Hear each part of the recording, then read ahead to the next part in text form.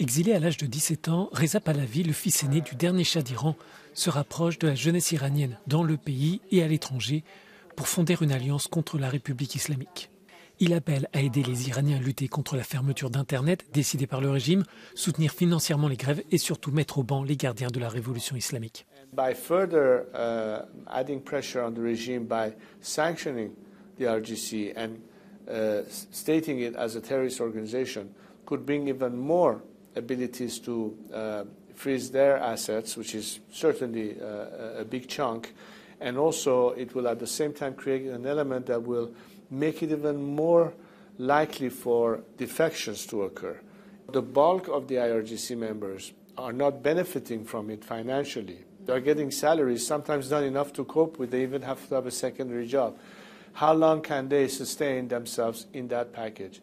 If they think that the time has come for them to reconsider how long they want to stick with this regime as opposed to join with the people. So assuming that the Islamic Republic falls, what would be the role that you would run for? Do you see yourself as the new Shah of Iran, as your father used to be?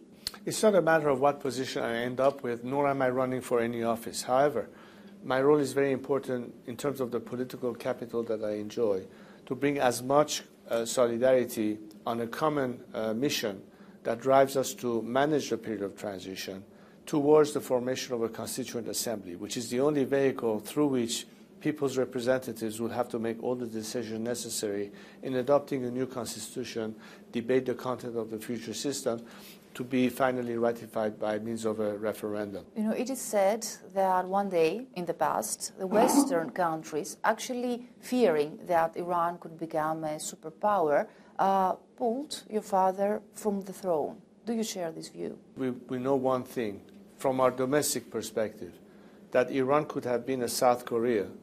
Instead, it became a North Korea. In other words, we went backwards rather than forward. Is that conducive to more stability? No.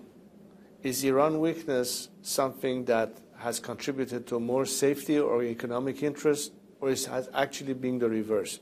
Every arrow points to the direction that if that theory held true, the net result was no gain, but in fact a loss.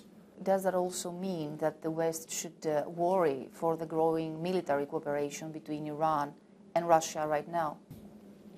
Well, obviously, because when you have a regime that out of weakness is prepared to become somehow at the disposal or used by other players in the region, the net result is that this could become a threat to another perspective.